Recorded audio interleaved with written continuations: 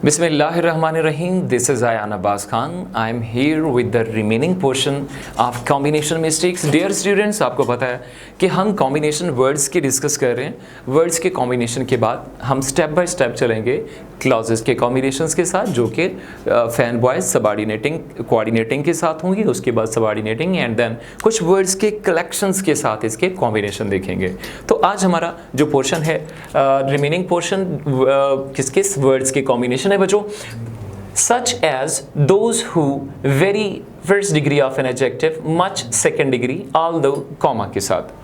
इनके एग्जाम्पल्स हम डिस्कस करते हैं. पहली एग्जाम्पल देखें. These people were enjoying the music more than those who sat inside. अब बच्चों हमें बताया कि those सेकेंड वर्ड है. those का कॉम्बिनेशन who के साथ होता है, which के साथ नहीं होता. इसी तरह हम एग्जाम्पल देखते हैं नेक्स्ट की. Very first degree of an adjective and much second degree of an adjective. Example लें. आप कहें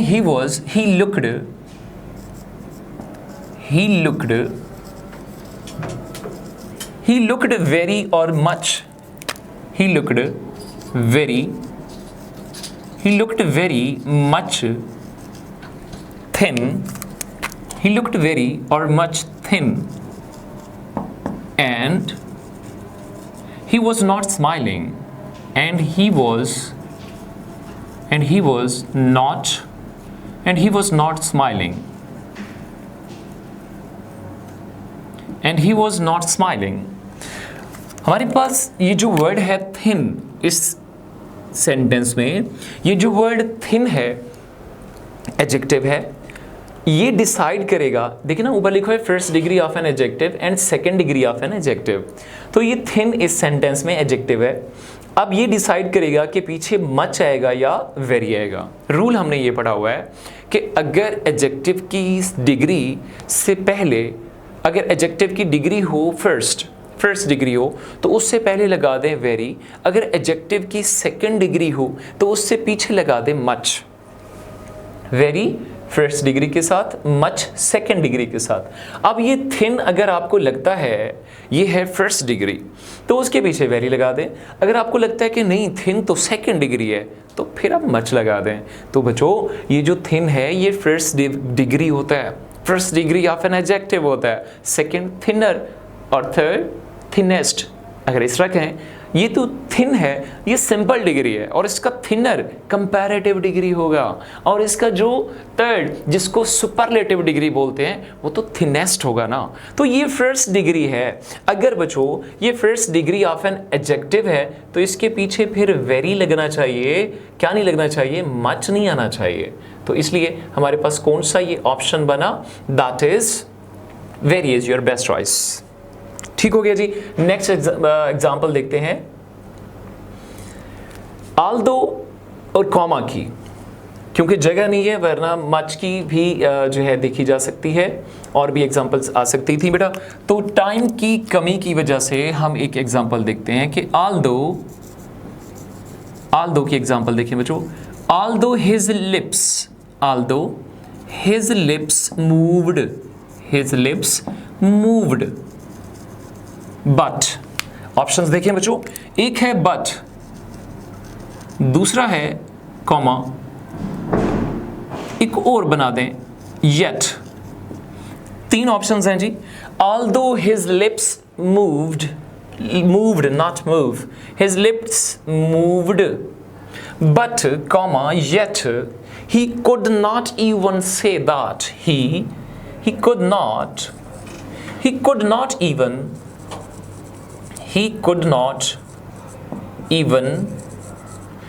not even say that. हाँ जी. एग्जाम्पल आपके सामने बच्चों. आपने देखा कि जो वेरी फर्स्ट वर्ड है हमारे पास इस सेंटेंस में बेटा वो है आल्दो. अब आल्दो जो वर्ड है के साथ कॉम्बिनेशन में आपके सामने ऊपर ये मौजूद है, ऑल्दो के साथ कॉमा आएगा, तो ऑल्दो के साथ बट भी हुआ गलत, येट भी हुआ गलत, और यहाँ पर हमारे जो राइट ऑप्शन है बच्चों वो कॉमा होगा, येट और बट नहीं होगा। येट और बट दोनों कंट्रास्टिव सिचुएशन में यूज होते हैं, येट बट की एम्फैटिक फॉर्म होती है। खैर एडिशनल बात थी। अब बात करते हैं बेटा no sooner than. Next words हैं हमारे पास कुछ, no sooner than, second degree than, second degree of an adjective का कॉम्बिनेशन देन के साथ होता है। Next as soon as comma, hardly और स्कैर्सली व्हेन के साथ इनका कॉम्बिनेशन हुआ। इनमें से दो चार एक की एग्जांपल लेते हैं। फर्स्ट वर्ड देखें, ये हार्डली, हार्डली की एग्जांपल देखें। Hardly had, hardly had he crossed the road, hardly had he crossed the road। Option देखें, then,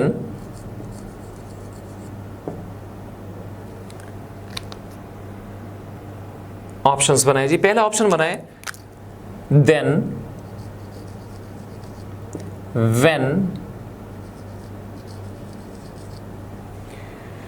चलिए दो ऑप्शन बनाते हैं। then when a truck came from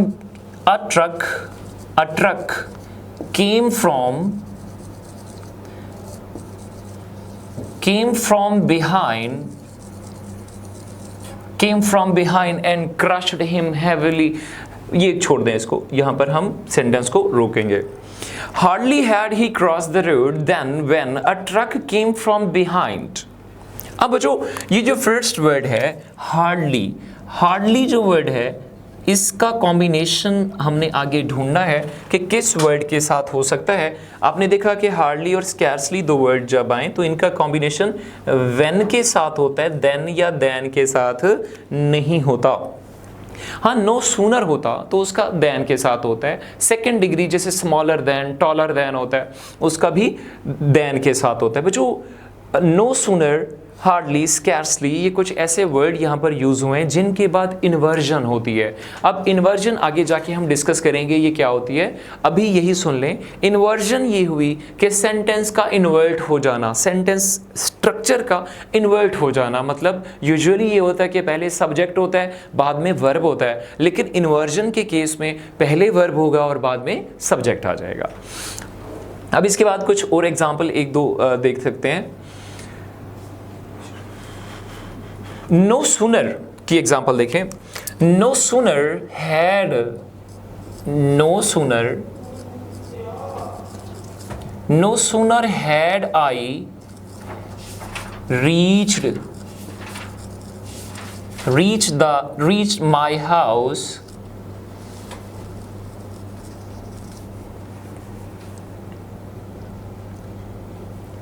option बनाए जी। No sooner had I reached my house then,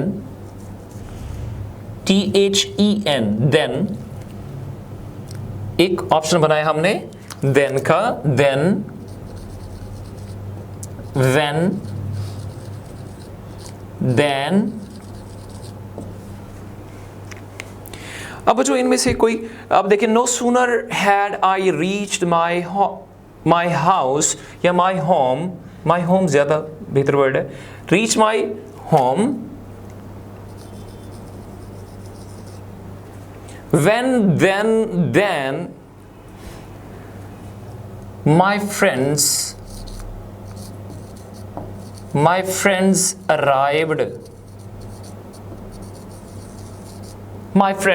arrived। अब मैं जो है वो कहता है कि मैं घर जैसे पहुंचूं तो मेरे फ्रेंड्स पहुंच गए हैं।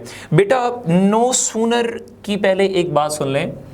नो सूनर एक ऐसा वर्ड है जिस सेंटेंस में आता है तो उस सेंटेंस के दो एक्शंस होते हैं, उस सेंटेंस में दो एक्शंस होते हैं एक बात आपने ये सीखी। नो सूनर की एक बात और सीख लें। नो सूनर अगर सेंटेंस के शुरू में आ जाए तो उसके बाद इन्वर्जन होती है। थोड़ी देर पहले मैंने आपको बताया इन्वर्जन वही कि पहले आ जाएगा वर्ब, बाद में आ जाएगा सब्जेक्ट।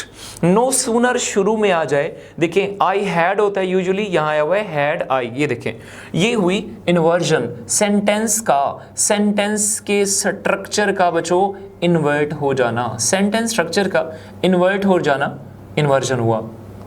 अब बेटा नो सूनर शुरू में आया है तो उसके बाद ये I inversion. No sooner had I reached my home. अब दूसरा हिस्सा, अब ये दूसरा एक एक्शन ये था, एक मैं घर पहुंचा हूं, एक्शन 1। दूसरा एक्शन ये है कि मेरे दोस्तों का आ जाना, ठीक है। अब ये किसके साथ जुड़ता है, इसका कॉम्बिनेशनल क्या है जी, वर्ड नो सूनर हमेशा नो सूनर देन होता है बेटा, THAN, गलती से THEN के साथ इसको मिक्सअप नहीं करना, नो सूनर देन होता है बेटा, ठीक हो गया। इसी तरह और भी एग्जांपल ली जा सकती थी, लेकिन हम बात करते हैं कुछ नेक्स्ट इंपॉर्टेंट वर्ड्स की। वो जो नेक्स्ट वर्ड है सच, नाउन के, नाउन अगर आ जाए, नाउन से पीछे सच लगता है, नाउन का कॉम्बिनेशन सच के साथ हुआ और सो का एडजेक्टिव के साथ हुआ, और नेक्स्ट बच्चों लेस्ट का शुड के साथ हुआ, और इसी तरह जो लास्ट वर्ड है फ्रॉम और टू, इनका कॉम्बिनेशन बच्चों टू के साथ होता है, TO2 प्रपोजिशनल जो वर्ड है इसके साथ इनका कॉम्बिनेशन होगा। नेक्स्ट बात करते हैं इनकी, एक दो की एग्जांपल लिखते हैं बेटा। पहला वर्ड है as often in such or so cases they were not told me, they were not told me, ये देखें they were not told me more than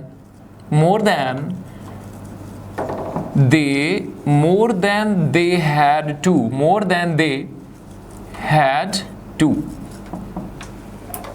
अब बेटा इस पूरे सेंटेंस को अगर आप पढ़ें तो इस पूरे सेंटेंस में ये जो वर्ड केसेस है आप इसको समझें। अगर केसेस हुआ एडजेक्टिव तो बेटा केसेस की वजह से अगर ये है एडजेक्टिव तो पीछे हम लगाएंगे सो। अगर आप कहते हैं कि नहीं केसेस नाउन है तो फिर इसके पीछे सच आना चाहिए, ठीक है। तो आपको पता है जो केसेस है बेटा ये नाउन होता है तो नाउन से पीछे सच लगेगा, यहां पर सो हो जाएगा गलत, ये मेंशन कर देता हूं मैं, ये हुआ नाउन, ठीक हो गया बच्चों। नेक्स्ट बात करते हैं कुछ एग्जाम्पल। इसी तरह अगर यहां पर कोई एडजेक्टिव होता तो बच्चों हम सो लगा देते। शुड, लेस्ट और शुड की बात करें, एग्जाम्पल है जी पे फॉर द सॉल्ट, पे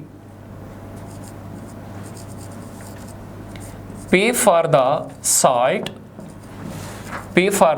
सॉल्ट, ऑप्शंस दे, ऑप्शन देखिए बेटो, lest, pay for the salt, lest, may, might,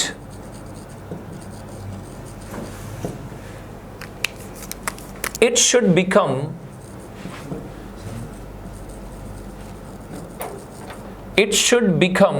custom, it should become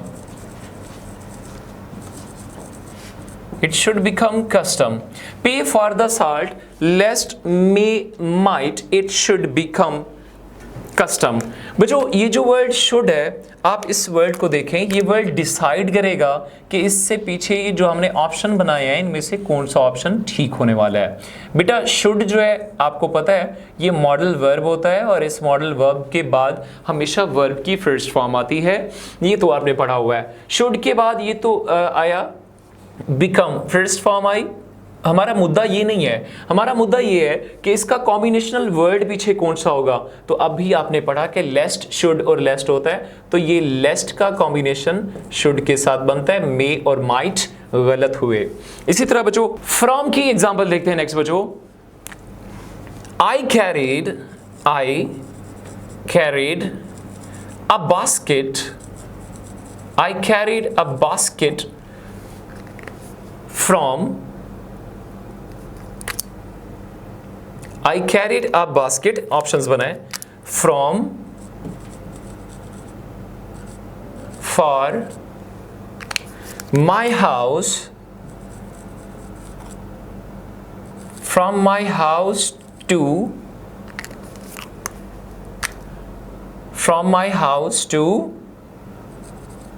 his. अब बेटा हमने कॉम्बिनेशनल वर्ड्स पढ़े हुए हैं कि फ्रॉम का टू के साथ कॉम्बिनेशन होगा, फार का टू के साथ कॉम्बिनेशन नहीं होता, तो यहाँ पर फ्रॉम वर्ड हमारे पास ठीक हुआ। जी बेटा नेक्स्ट पोर्शन है हमारा सबजंक्टिव। सबजंक्टिव मूड आपने पढ़ा हुआ है। सबजंक्टिव मूड एक प्रेजेंट सबजंक्टिव होता है, एक पास्ट सबजंक्टिव होता है। अब ये जो सामने आपके मौजूद है ये है पास्ट सबजंक्टिव। इसमें हम करते ये हैं कि चाहे पीछे सिंगुलर सब्जेक्ट आए या प्लूरल सब्जेक्ट है, लेकिन जो आगे वर्ब यूज होगा या तो वो वर यूज होगा या हैड बीन यूज होगा। ठीक है, जैसे ये रहा आपके सामने। अच्छा ये कुछ मार्कर्स हैं, कुछ की वर्ड्स हैं। जब ये आ जाए एज इफ आ जाए, इफ वुड दैट आ जाए, ओ दैट आ जाए, ठीक है, और इसी तरह आई विश आ जाए, एज दो आ जाए, इन वर्ड्स के साथ हम क्या करते हैं वर या हैड बीन का यूज करते हैं। जी एग्जांपल देखते हैं बच्चों इसकी। The tissues of the tissue of his body, the tissue of his body draw tight as if he were or he was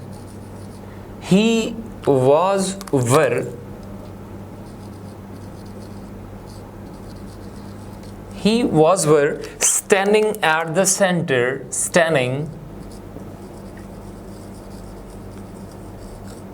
standing at the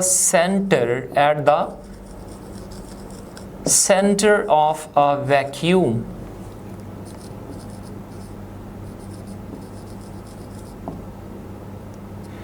बच्चों आपको पता है कि कुछ इंपॉर्टेंट स्पेलिंग्स होते हैं, उन इंपॉर्टेंट स्पेलिंग्स में एक ये वर्ड वैक्यूम है। नॉर्मली स्टूडेंट को ये लगता है कि VACCUM होता है, कुछ तो लिखते हैं YACCCUME,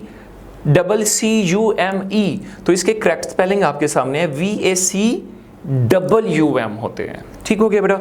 अब देखें ये जो ऊपर हमने चीजें डिस्कस की थी, the tissue of his body draw tight as if, ये मार्कर है बच्चों, एज इफ इसमें मौजूद हुआ, एज इफ। अब एज इफ के बाद आपने देखा कि ये इनमें से एक वर्ड है पहला, एज इफ आगे ही आ गया, तो ही के बाद फिर वॉज तो नहीं आएगा, यहाँ पर वर यूज होगा, तो वॉज हो जाएगा गलत।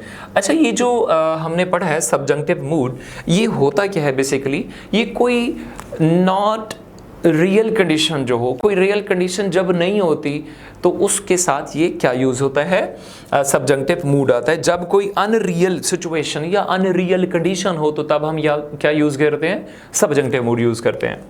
इसी तरह ये हैरी बेटरिंग की बात हो रही थी, एक और एग्जांपल लें,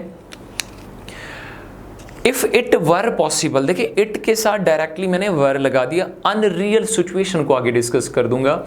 if it were possible to get the necessities through heaven, Maulvi Abul would have prayed for Umdatunnisa shoes. तो इफ इट वर इसलिए लगा क्योंकि अनरियल सिचुएशन थी। बेटा ये थे वर्ड्स के कॉम्बिनेशन, उम्मीद करता हूँ आपको समझ आ गए होंगे। अगर आपके कोई क्वेश्चंस होंगे आप मुझसे पूछेंगे कमेंट्स बॉक्स में। I am always there for you. हमेशा की तरह खुश रहें, आबाद रहें, हंसते रहें, मुस्कुराते रहें और कामयाब रहें मेरा बेटा।